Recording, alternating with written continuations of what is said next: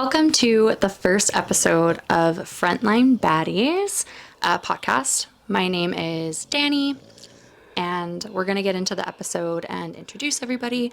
But first, I think it's important to note that Frontline Baddies operates off of the north of Turtle Island.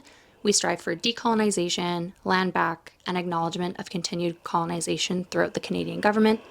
We are a group of humans that are Indigenous, refugee, immigrant, and settlers to Turtle Island. We acknowledge our ancestors' plight for us to be here. We acknowledge our siblings' trauma in this line of work. We did not choose it, it chose us. I have recently joined Frontline Baddies by my wonderful friend Eileen, who recruited me. I'm going to introduce her in a second. I have been in frontline work only for the last 4 or 5 years, mainly been working with youth and addiction. Right now I am working as a case manager across BC, helping youth through a program called Pathway to Hope. I am going to bring it over to Eileen though, and for her to tell us a little bit more about Frontline Baddies and her experience. So Eileen, please tell us a little bit about yourself. Thank you, Danny. Hey guys, my name is Eileen and I'm one of the co-founders of Frontline Baddies. So a brief rundown about myself. I've been working in this sector for about 5 years now, and in the last 3 years focusing on low barrier shelter in Vancouver's downtown east side. So what brought me into this line of work? So when I was a youth, I really struggled with my own mental health and the pain of being so unsupported or feeling so unsupported and misunderstood by the adults in my life really stayed with me even now until adulthood. And initially I wanted to do like a full circle and become a youth worker, and I was trying to strive to be, you know, the type of support that I so badly needed when I was a teenager. It's kind of random, but I went into university and got my BA in journalism because back when I only knew I had a thirst for social justice, but I wasn't sure in like what form I wanted to do it in at the time. Journalism was what resonated with me, and I was ready to do something a little more hands-on, but I still wasn't sure what that looked like. And with my own lived experiences, I felt like I had something to offer. I got my foot in the door in the sector by getting a job as a workshop facilitator for child sexual exploitation prevention. It did eventually give me the opportunity to become a youth worker, since the same organization was also housing high-risk youth at the time. After doing that for a while, I felt like I needed a little bit more, and then I found myself at a job at a youth treatment facility as a youth counselor.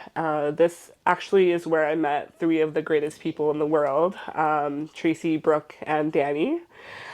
I loved working in the youth treatment. I had the privilege of working with so many like cool kids that I will never forget. Becoming a youth worker was kind of in a way healing in with my inner child, because I was practicing and reinforcing the kind of compassion and empathy with the youth I was working with, and to a weird extent, I was ingraining these values towards myself. Learning about how to better care for the youth was the more I was learning how to better care for myself and my inner child. After a few years, though, I started to notice the kiddos who were falling like through the cracks because of their complex needs that were not being met. Because the treatment program was kind of a one-size-fits-all design, and these were the kids who my heart was breaking for the most. And I think this is where my burnout started, because I often felt like my colleagues were not on the same page as me in terms of harm reduction and holistic care and trauma-informed care. These were kids who made me feel like I needed to work somewhere with lower barriers. So I ended up getting a job as a homeless youth outreach worker in the downtown east side. During the COVID epidemic, it was a weird and scary time to be an outreach worker, especially as an Asian woman. So many Asians were being violently assaulted downtown due to the COVID racism. I loved the job. I loved being more so able to meet the kids where they were at, and not forcing them to be sober when they weren't ready or did not want to be, or going through the facade of being forced into treatment to get a youth agreement. I loved outreach. I was constantly like anxious, watching over my shoulder for assaults. One day during one of my outreach walks, someone had grabbed my backpack I was carrying and they dragged me, and it was scary because I couldn't see like who was doing it and like why they were doing it. I was just being dragged all of a sudden.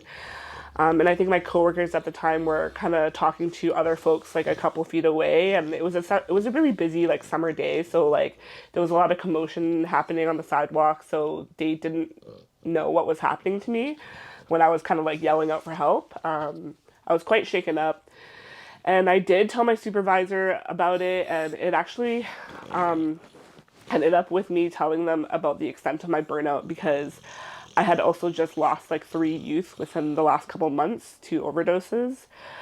And I was very honest with how I was doing mentally. And at the time, they were seemingly like sympathetic with me. But then it was honestly the all the sympathy was eradicated when they sent me a podcast later that night about how to do self-care to prevent burnout. And I was so angry that there is this expectations for frontline workers to do self-care, and I'm not sure how we're supposed to self-care ourselves out of trauma, out of grief, out of microaggression. And one day while I was looking through donations, I just started crying. It all just kind of came out at once, and out of the blue, I got a phone call from Tracy, who I remember who was also having such a shitty time as well. And up until this point, Tracy had been trying to convince me to start Frontline Baddies with her, but I was like having major imposter syndrome and still having major imposter syndrome. I was like, who, me? Start a nonprofit? I'm just a baby. I don't know anything. So that's kind of how it started on my end. I like that. Yeah, that day was like a rough day for me too. Hi, I'm Tracy. I'm the other co-founder at Frontline Baddies, and that was just a rough time. I think you're right. Like burnout definitely started in the treatment center that we both worked at for the youth, and then as things progressed, because I had left moving provinces, I think I was in more of a healing state than you had been at the time. And for me, I've been doing this work for like 10 years, and it started when I was a teenager because there was a special program, and it doesn't run now anymore, but there was a special program in Las Vegas where it was called the Monkey Gym. It was actually really cool. It had like a whole wrestling department and art department and gymnastics department. And the idea was like if kids were being recruited by gangs, they could go there instead and spend time in after school programs there without their parents having to pay for it. So that's where my journey started with this as a participant, and then them training me to become in the art department like this mentor for other participants moving into the future. Went to UBC and got my degree in psychology with an emphasis in development and clinical. Got another degree in gender-based sexuality, social justice, got a few diplomas in child life specialty and psychosocial rehabilitation, got licensed as a psychosocial rehabilitator. And just all in all, like throughout all of the places I worked, I find that like working with youth is really fulfilling, but it's also really hard because you do see these kids who just don't have the supports that they need to be able to fully thrive, right? Like we're dealing with a lot of youth who are on that first level of like, they don't even have their basic needs met. And as work progressed and like as COVID hit, I think a lot of our community was just suffering. Like a lot of people couldn't work during COVID because they were immune compromised. And then the ones who were showing up for work during COVID, like our frontline workers who were showing up, were pulling a lot of hours because we had lost so many people due to immunocompromised people they were either taking care of or themselves. And so then we had our workforce just like across the board burn out because we're all picking up extra hours to cover shifts because all of these programs are almost 24/7. And I think I was working like 70, 80 hours a week during COVID for at least a year and a half, if not longer. And then when that day occurred and I called you, is because I had COVID. And I was working at an open custody facility here in Alberta. And I was still trying to work while really, really sick. And I called you because I think my supervisor and I had gotten into it around like me working and her wanting me to show up even more than what I was and what I could in those moments. Like COVID had absolutely wrecked me. My heart hurt. My limbs were the fiery. I knew it was COVID just by the feeling of it. And that time getting COVID was really scary because that was my third time and I hadn't felt that way the 2 previous times. So it was like each time I got it, the symptoms got worse. And I called you because I just couldn't, after getting into it with my supervisor. It was just like, I need someone who understands where I'm at, who gets that I don't have to like explain all of the frontline stuff to and the trauma and like why these kids need me to show up to meetings still, but also like trying to take care of myself. And like, what does that balance look like? And like, you hit it on the head. We always get this, kind of narrative given to us when we go to higher leadership positions around what we're feeling and what we've experienced. And it's always like, well, what are you doing for self-care? And it's like, well, right now I'm talking to you. And it's not just self-care, it's aftercare.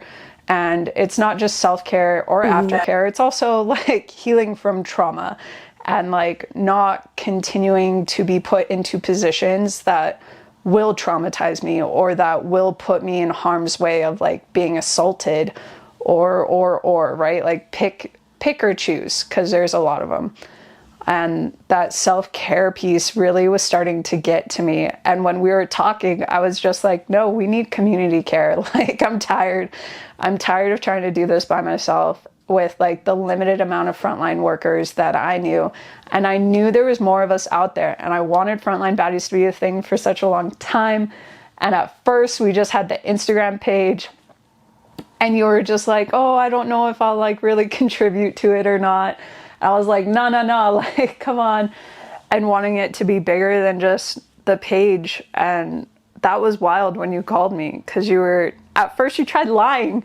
You tried lying about it. I could hear you crying. And you tried to like hold back the sniffles. No. And I'm like, well, what are you doing? Like, stop. I know you're upset. I know you're struggling. Like, why are you lying to me? And girl, you did this like 3 weeks ago too. Where I called you and I was like, how are you doing? And you're like, I'm doing great. I think I'm not burnt out anymore. And then the next day I call you again. I'm like, yo, are you sure you're good? How did you recover that quick? Like, what'd you do? I want to know. Like, give me the secret sauce. And you're like, yeah, no, I totally lied to you. Like, but like, I was like, I'm lying. I'm sorry. I don't know why I said I was okay. I was not. I think it just really highlighted that like we do lie to our other like frontline baddies that we surround ourselves with, because we know they're also struggling. And we know, like, from our experience, we don't want to add to their struggle, and we don't want to like further drain them emotionally with what we're going through. And then because of our NDAs, we just have to like, unless we have really good counselors, just kind of keep it to ourselves and process it ourselves internally. And the entire thing is just not sustainable. And when we're thinking about why most of us enter this field, it's because we care about our community, or we were once impacted by, substance use or trauma or whatever our specialty usually is kind of what we had lived through at one point in time.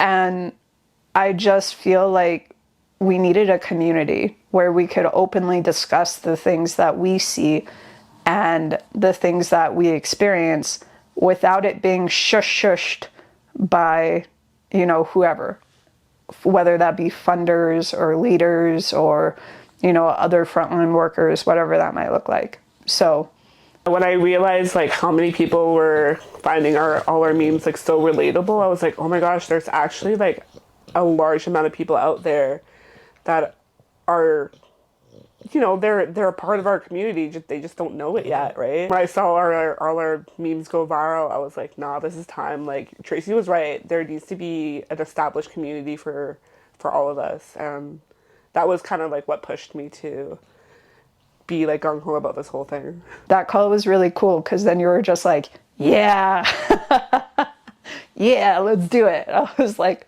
cool. But yeah, it wasn't a fun time. How like Frontline Baddies started, it started in darkness. And I think we just needed a light of hope, like a ray of hope. And I think that's what the Instagram page was. Because at first it just started off with like really dark humor memes. And then more and more people were like, yeah, I know, I've experienced this. And then getting some of the messages we got where frontline workers were struggling with like, different types of things like, SA or houselessness or, SI. Tracy and I realized that this was way bigger than what her and I could handle. And we were like, we need to recruit some other frontline baddies as well. And I was thinking to myself, like, who has really good work ethics and makes really great decisions, and is very trauma informed, very harm reduction. And I was like, oh my gosh, Danny. Like, you were the first person that popped up in my head. I was like, there was not a single like doubt in my mind that you would have been perfect for this, and I really wanted you to be a part of it. And I was really, really hoping that you were going to say yes. And I'm so thankful every day that you did say yes. I'm not Aww. sure if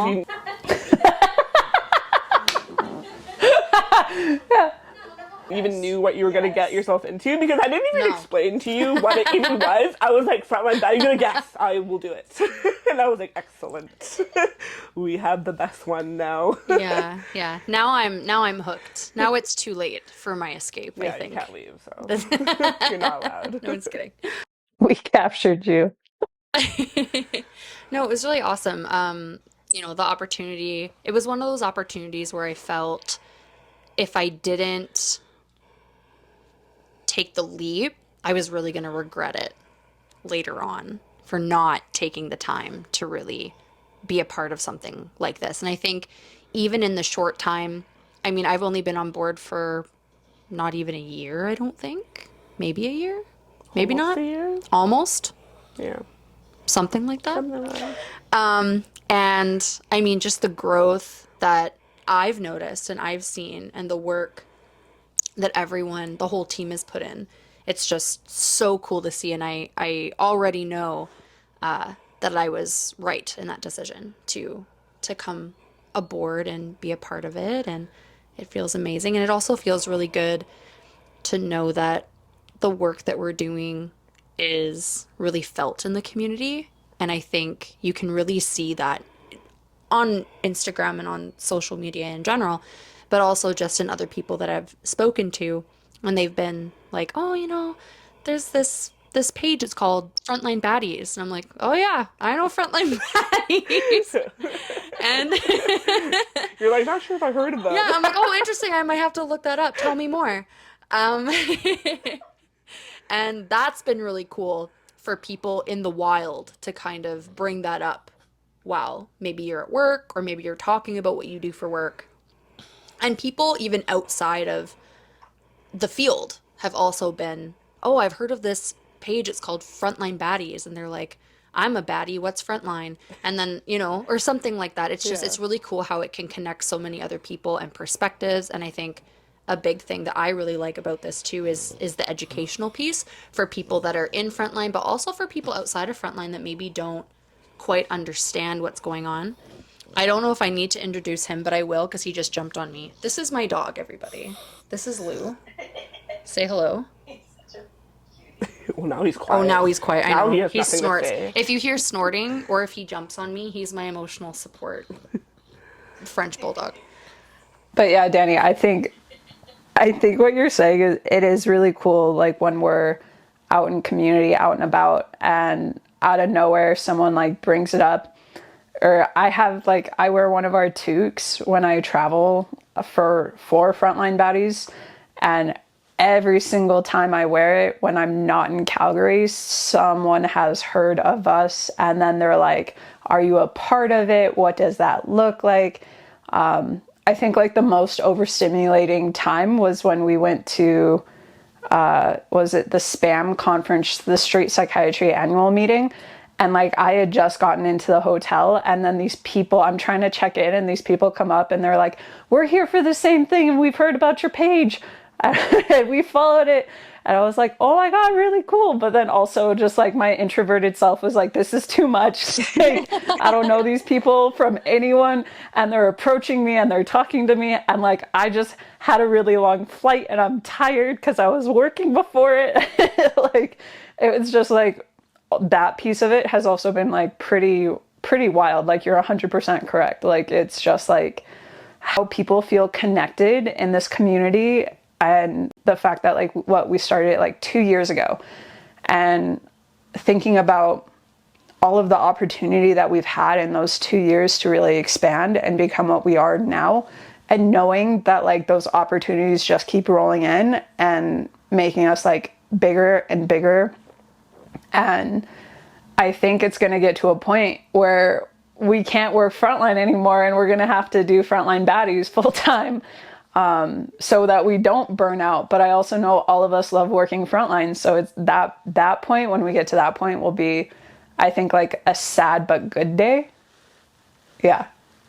I'm stoked for that. I'm going to try to do frontline work for as long as I'm physically capable of doing it.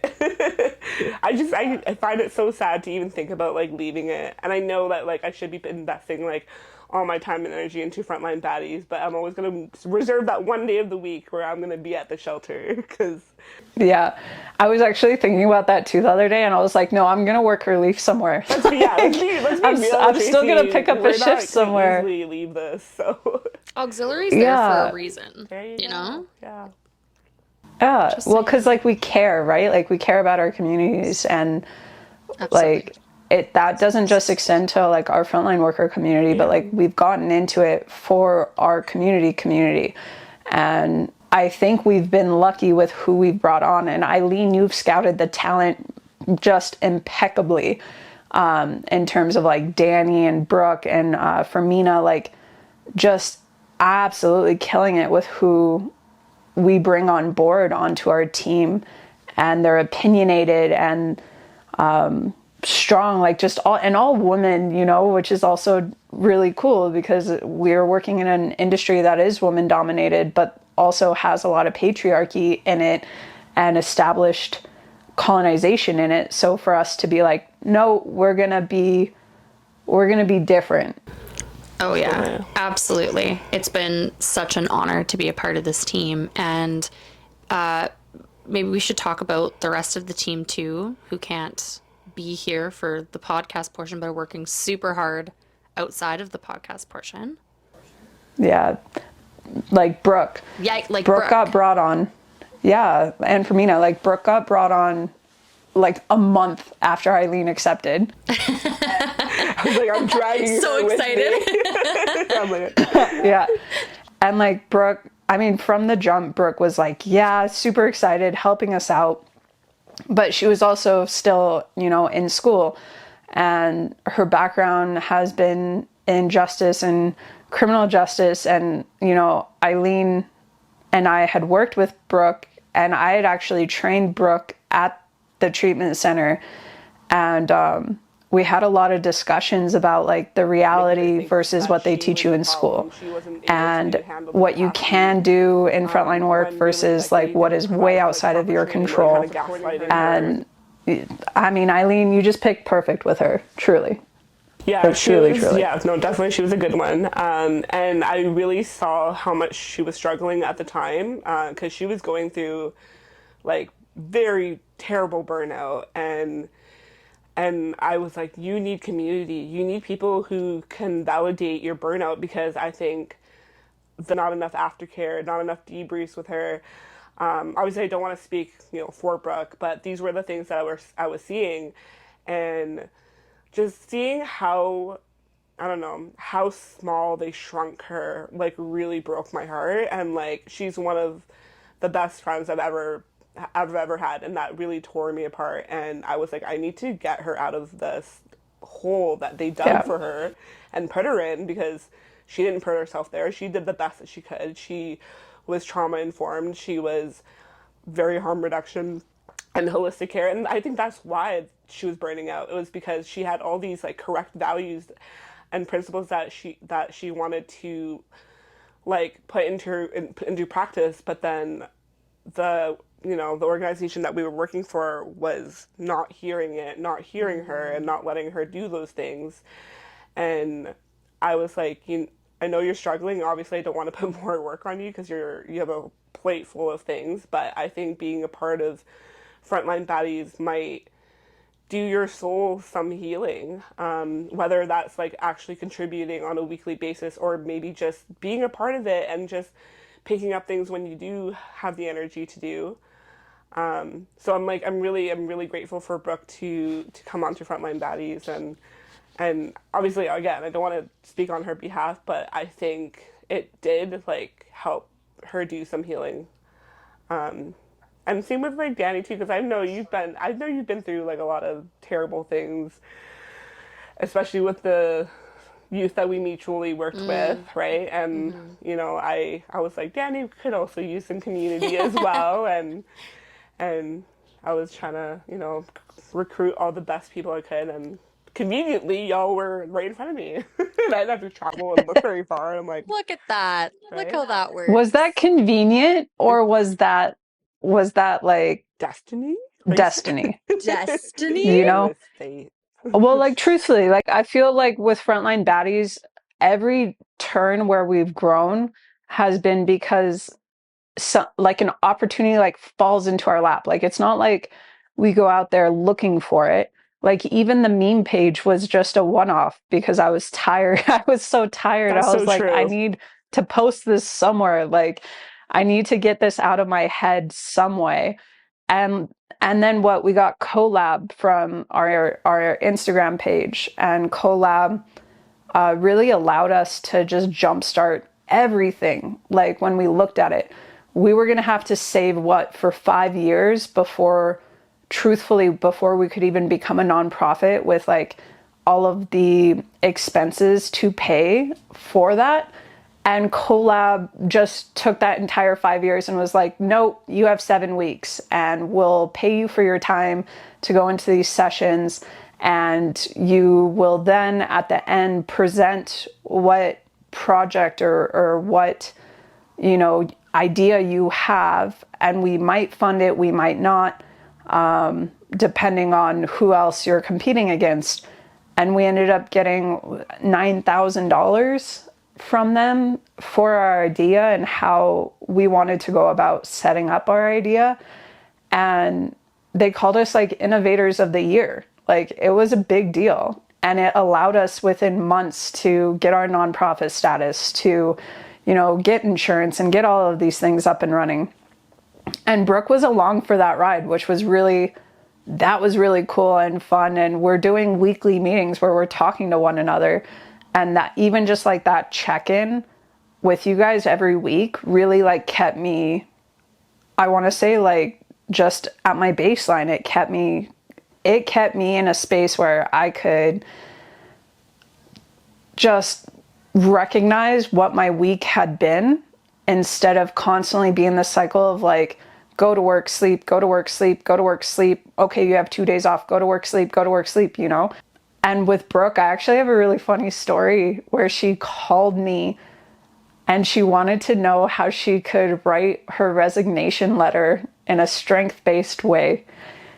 And I was walking my dog downtown in Calgary, and we're having this phone call, and it was like an hour-and-a-half phone call. It was just really funny because even in that, she put so much love and care into her resignation and really showing them that like, I need things to be different for me. And because you guys don't have the capacity to do that, I can't stay here any longer, which was really beautiful. And I just think highlights Brooke's spirit in general of just being like this wonderful, caring little soul who goes around and like brightens people's days, you know? Yeah, There's always smiles with everything her. she does is like with intention, you know? Like Yeah. she doesn't just do things like nonchalantly. Like she there's a lot of like love and care and like thought put behind everything she does. Mm-hmm. I wanted to add a few more people that I had the opportunity of working with out here, like Sam and Neha and Riley.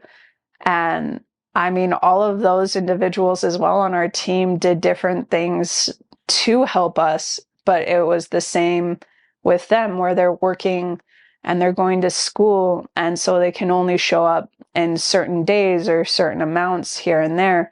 But each one of them, like, also absolutely just like lives by that standard of like harm reduction, trauma informed care, like individualized care. How do we help the people that we're meant to help in a way that actually helps them versus giving them more trauma?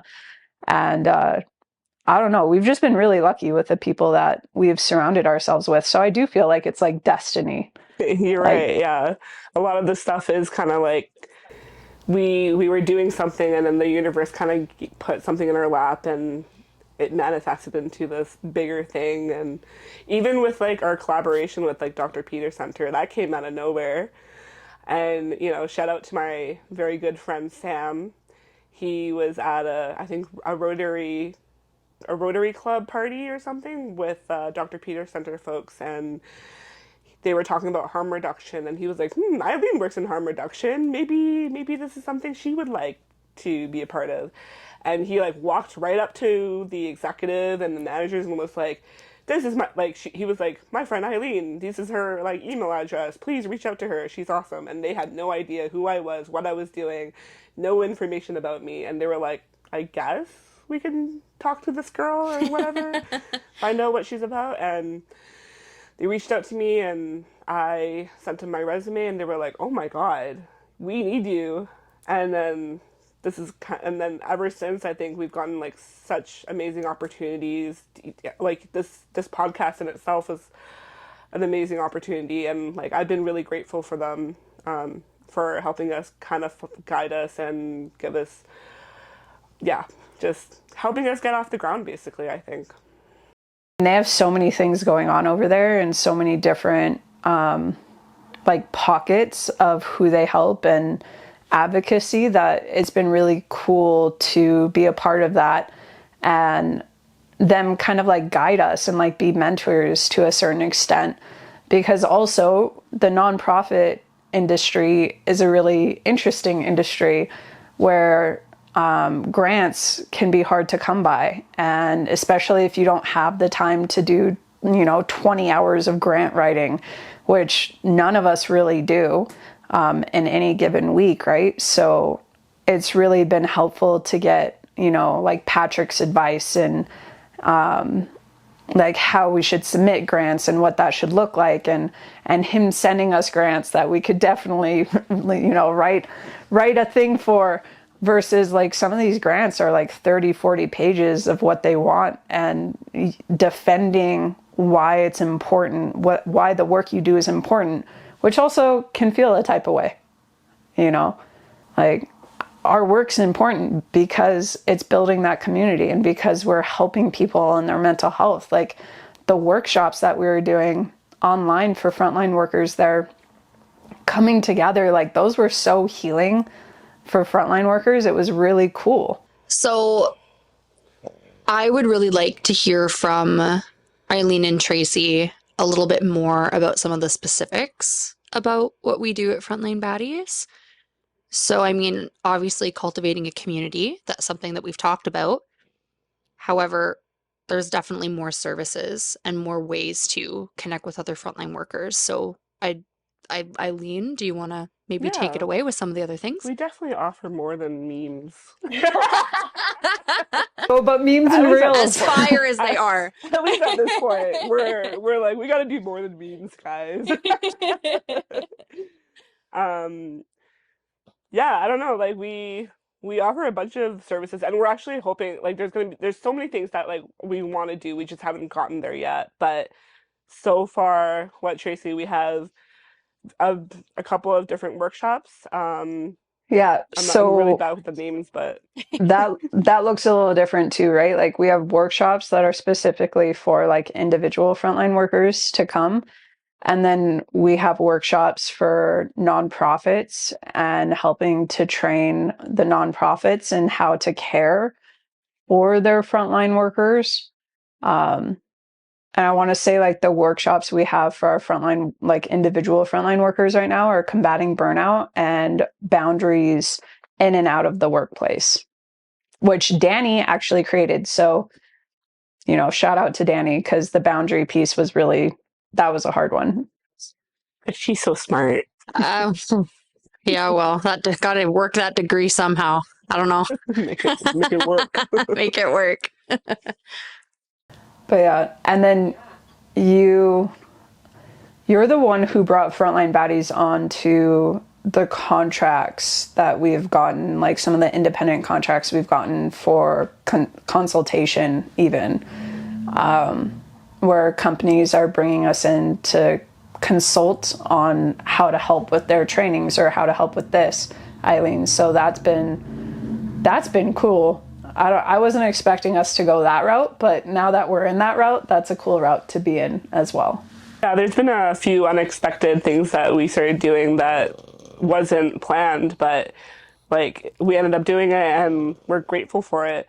It's given me the opportunity to be a harm reduction consultant for Dr. Peter Center. So when they fly out healthcare workers from other provinces, I give them a walking tour of the downtown east side and show them all the different resources and giving them a bit of a history of the downtown east side and how harm reduction kind of came to be. And it's it's honestly one of my favorite gigs that I've done. I love talking about the downtown east side. I can talk about it forever. So, now I get paid to do it. So Well, and that's our community, right? Like we've worked there. I've personally lived in the downtown east side. Like it's such East Van and the downtown east side is just such a special community.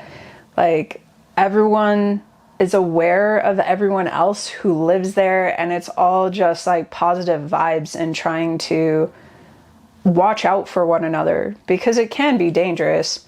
But I still can't get like the image out of my head where like I was walking Venus and there's some used needles on the sidewalk and we had street baddies like kind of clearing their way, and because she loves to go up to people who are houseless and sniff them and like just like let them pet her and sit there with them. And so she was kind of known in that area as well. It actually was really heartbreaking when I moved out to Calgary because it wasn't the same sense of community out here. and a part of that's what I loved about doing those like walking tours is like I was given the opportunity to like tell them about that downtown east side, but not in like the way that a lot of people talk about the downtown east side and all the stigma and all the shame that comes with it. I was able to be like, oh my God, look how amazing our community is, and like look how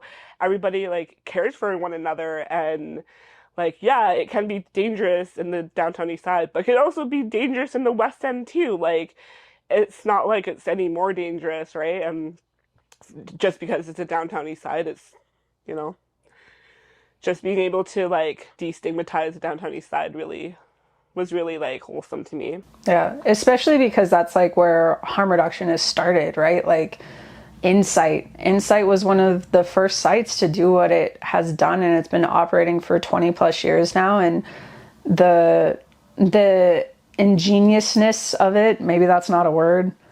The geniusness of it, that's still not a word. It is today. I'm out here, I make up words. Welcome to my life. But like Insight has stats and was one of the first places to really start doing statistics that was backed by a health authority. So it was really hard to ignore their positive stats.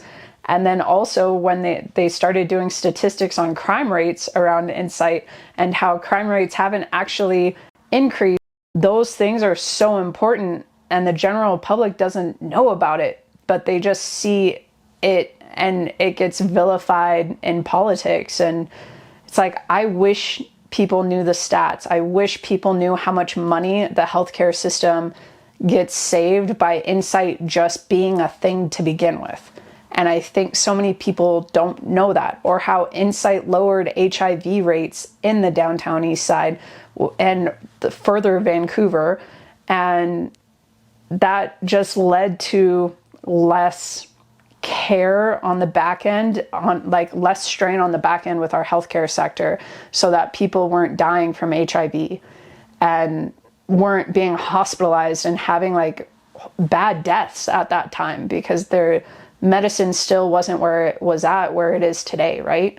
So all of that, like, we've been really lucky, because when we talk about community, we're not just talking about Frontline Baddies, we're talking about our street baddies, we're talking about, you know, other people, average people who don't know this line of work, who just see it on the street and are afraid of it and don't understand it.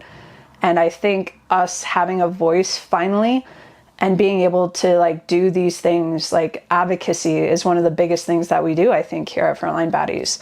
And this podcast is an example of it, but being invited to conferences and talking at those conferences is also a prime example of us showing up and saying, hey, this isn't okay. Like, the stereotypes, the judgment, the stigma is harming our entire community, including the average citizen, if you want to call them that. Yeah. It's really cool that it's across country too. I mean, I know a lot of frontline work is kind of, what's the right word? Kind of jumbled up in certain areas across Canada. Mainly, I like from my experience and where I've worked, more I've seen the most opportunity has been in the Lower Mainland and in Vancouver, downtown east side specifically. However, obviously, Frontline Baddies are all over the world. So it's really cool to see, you know, conferences where, you know, we've been invited. I want to say, was it Halifax was one of them? Yeah, Halifax, Ottawa, like Ottawa, like, we've been given amazing opportunities to like yeah. do harm reduction work in other provinces, and it has taught, like, at least me, like for me, it has taught me a lot about how harm reduction and all those things like look differently in different provinces. Like, for example, out in Winnipeg, Hmm. Sunshine House operates out of an RV that is like super beat up, and they're the only like supervised consumption site in their little town. And I'm always rooting for them. I'm a big fan of them because they work with like so little, but they do so much for their Hmm. community. And I always like I'm always like thinking now like how lucky Vancouver is to have such a big harm reduction community where, like, you know, services are literally within reach, within a couple steps from you where you are. But out in like those provinces, you have to like travel quite a far distance to reach those services. And so I'm always like, kudos to those guys. Like, they work with what they have, which is very little. So and I remember like when we were out in Ottawa, like learning about the housing first principles, how looked differently from BC, right, Tracy? Well, the Housing First, the man who did the research on it, and I am forgetting his name right now, but he was kind of the person who created the framework for Housing First, and he was talking about the fidelity at the conference that we were invited to speak at. And I think it was a really humbling experience to be on the same stage that he was on, to be completely frank, because he changed how this work was done in a really big way, with the help of his team. But the thing that was driven home for me in that when he was presenting was fidelity, and that a lot of these programs across the nation and even across the world don't necessarily do housing first to fidelity. Just like BC doesn't do wraparound care to fidelity. In fact, Alberta is the only province that does wraparound to fidelity, and has the only people in Calgary who have been trained on high fidelity wraparound, which started in the States, right? And what he was saying around Housing First was really important with the fidelity piece, because BC doesn't do it to fidelity, but because BC doesn't do it to fidelity, we actually see more lives not die and more people not die than that was Winnipeg, or that was Ottawa. So in Ottawa, they were seeing people die in their housing because it was literally just like, get them in a house. And then because they're in a house or an apartment, the tenancy laws don't allow for people to go in and check on them. And there was no safety plans in place for people who were like using substances. So then you had all of these individuals living by themselves and using, but no safety plans, and they were dying of overdose in their homes. And it took 2 days because of tenancy laws for people to get into the house just to see if they were alive or not. But BC doesn't do it that way. Most of Housing First in BC is programs that give the housing, and it's not so much a tenancy agreement within BC. It's more of you're allowed to stay here under the condition that like there's safety plans, and that you know that we're going to do like a check, or you can come and ask us to do checks on you. And it all kind of be in one area where there's that support. So even just seeing that was kind of wild across provinces, and how each province does something different. And it's the same with wraparound, right? Like wraparound in BC, it's not about people being trained to facilitate wraparound, which is really interesting to me. The idea of wraparound is kind of this idea of like, oh, we're looking at all of their needs.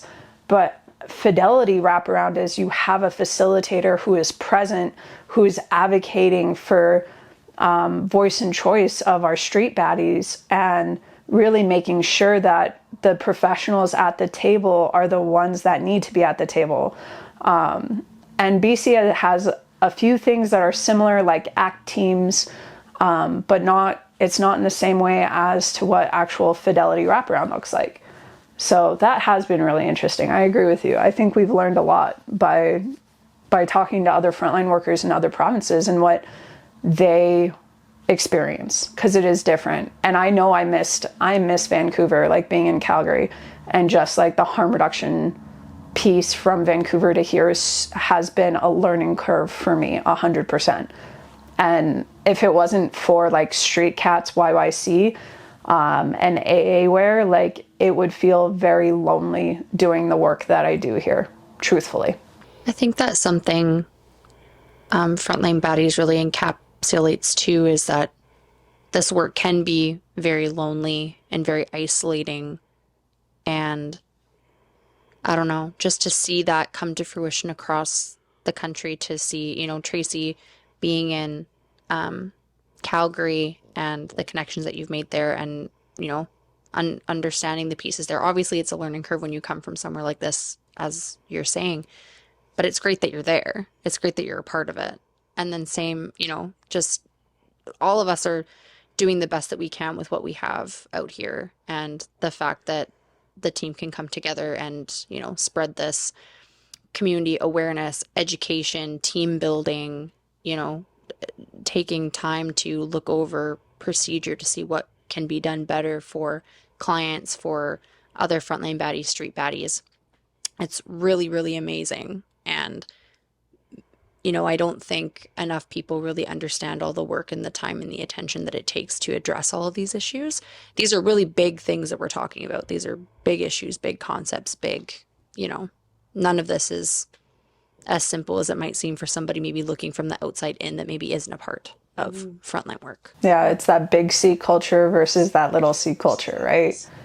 And we have been incredibly lucky. Like Vancouver has that deep practice of harm reduction and that deep practice of trauma-informed care, and other places don't have that. And when we look at even like, I think one of the coolest things has been as well is seeing how programs operate, like Sunshine, what was that? Sunshine House, but also like Keeping the Six out in Petersboro, or Peers Alliance out on PEI, because Peers Alliance is one of the only groups that does harm reduction and outreach on PEI. And they're out there doing it essentially like their whole outreach program is they're the only ones doing that. And that's cool too. I don't know. Meeting all of these people who run these programs and the different ways the programs run and how they bring in people who are living it to help them, but also help others. It's just been really cool. So we've talked a lot about Frontline Baddies, what's happening now, you know, how everything got started. I'm really curious, Tracy and Eileen, both of you being the CEOs, what do you see moving forward for Frontline Baddies? What's in the future? What are we working towards? On my end, I would really like to see us come up with some more workshops. I would like us to be like to be able to like certify people to. I'm sorry, let me word that. I would really like us to be able to certify frontline workers in harm reduction education. So, like, I would love for nonprofits to hire us to come in to train their staff on what harm reduction looks like, what trauma informed care looks like, so that they can get a little certificate that says that they've done the training. Because like I work for a really large company with like over 800 staff, and honestly, like from what I've seen, like a lot of them don't really know what harm reduction and trauma informed is due to the low barrier hiring process.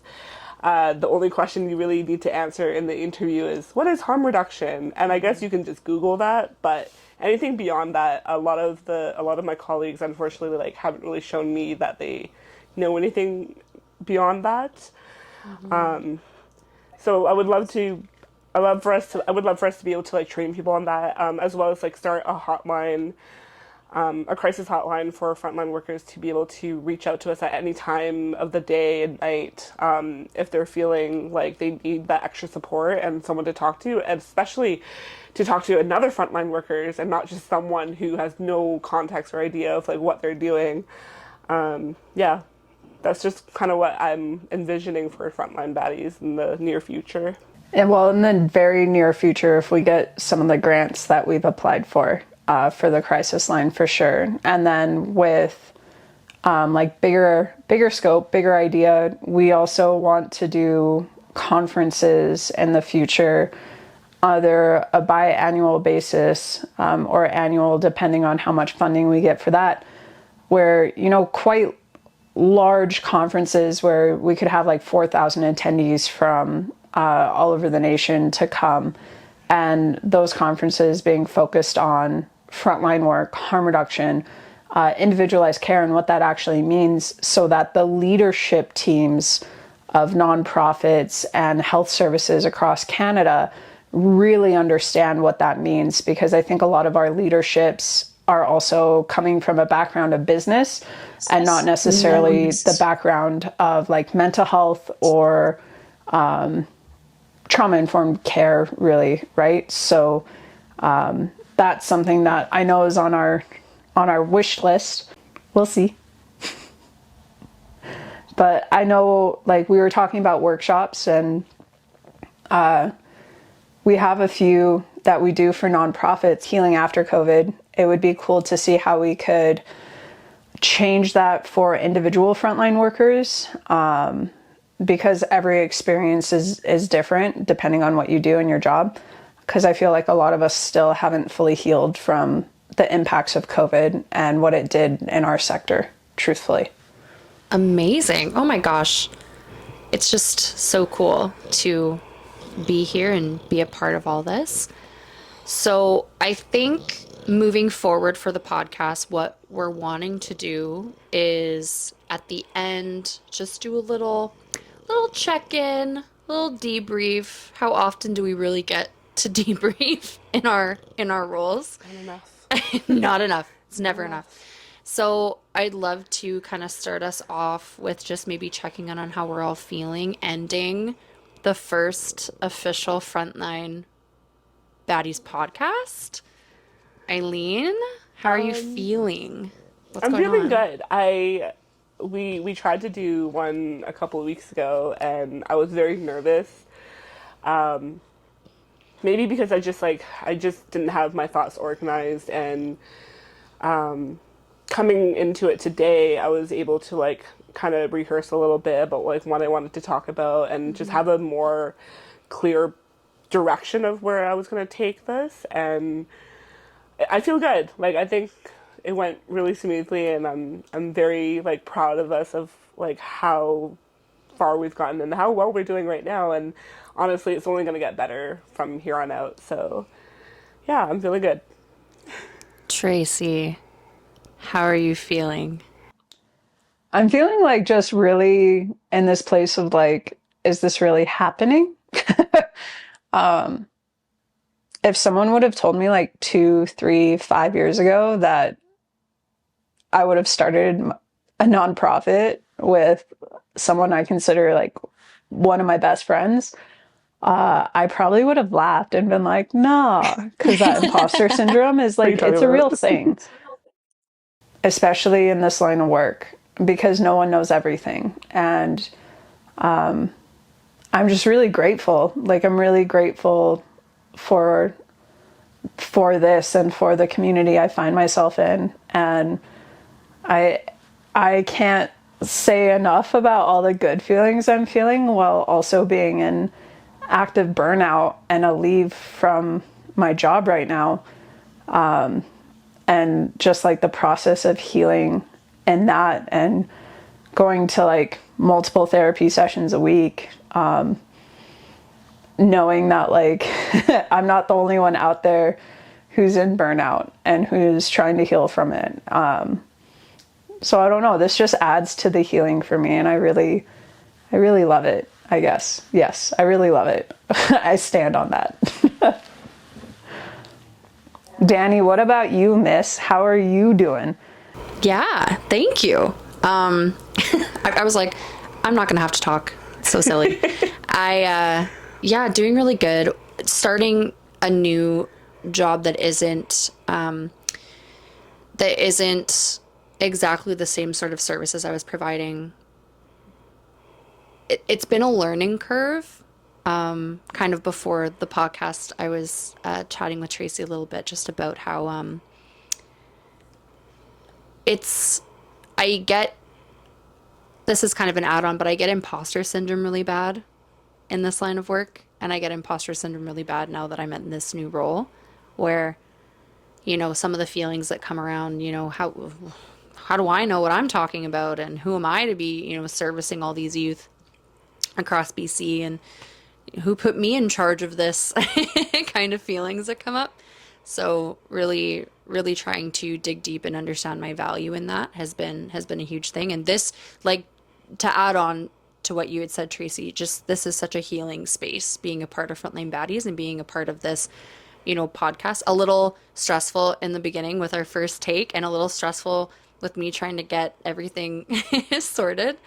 But but once, sinking into it and getting to kind of the meat and potatoes of it all, and being able to have these discussions and talk with you, and know that this is going to reach other people that are going to learn more about us, and moving forward in other episodes talking about some real stuff that we all go through and experience.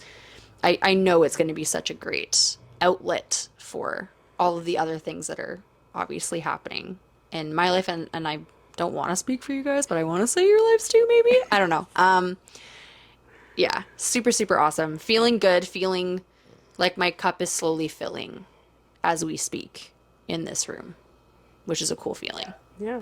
Yeah, I think like the podcast journey for us has been an interesting one, because we knew from the start we wanted to do it, and none of us have experience with any of this. Like, it's been such a learning curve, and like, shout out to my partner who, like, on my end has helped me so much in just like teaching me like, this is how you want to do things for you guys, right? Because we are in 2 separate locations, and just like all the challenges around that has been his knowledge has been incredibly beneficial. So going back to like, none of us know everything. And I think it's going to be a pretty humbling experience moving forward, knowing that like we are going to talk about, you know, the downtown east side and harm reduction and how it started, and trauma-informed care and the myths around frontline work and the myths around harm reduction. And we have a lot of cool episodes coming up, and we're releasing them every week, so that our frontline workers know, like, Friday is Frontline Worker Day. Friday is Frontline Baddies Day. Frontline Baddies Friday. Yeah. And it's when we release our podcast. Like, that's where we're at, you know? Absolutely. And I want to take a moment. We're going to have everything pop up on the screen. But if you've never heard of Frontline Baddies, run, do not walk to social media. At Frontline Baddies, all handles across all platforms, are website, www.frontlinebaddies.com, where you're going to find a whole lot other information on us, the team, as well as the different workshops, and, you know, stay informed of what we're doing. Stay informed about podcast news, I'm sure. This is the first episode, but many more to come. Like Tracy was saying, Frontline Fridays. Yeah, it's been such an honor to have this conversation with both of you. And I just really appreciate all of your hard work and dedication to yourselves and Frontline Baddies and your work. And thank you for letting me into your space. And this has been the best first episode, and I'm so excited. We're excited too. I'm speaking for Eileen now. Yeah, and I don't think I picked a better, like, couldn't have picked a better host, to be honest. Like, when we started this whole project, I was like, Daddy has to be the host. She's gonna kill it. Like, and I was right. So Aw, it's just because I talk a lot. you're good at it. There's people who talk a lot and aren't good at it. There's people who talk a lot and are good at it. What is you? Me and Tracy would talk for hours and hours. Oh, And I 100%. love that you're like, you need to get out of my house by 6 o'clock. And I'm like, yes, okay. Yes. I'm getting older and I can't. I need to be in bed by 8:30. I don't think any of us can. I mean, my bedtime's not 8:30, but that's because I have insomnia. So I wish it was. Oh my gosh. But Don't forget to subscribe.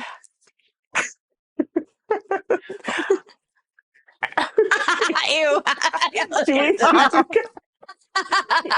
Lou.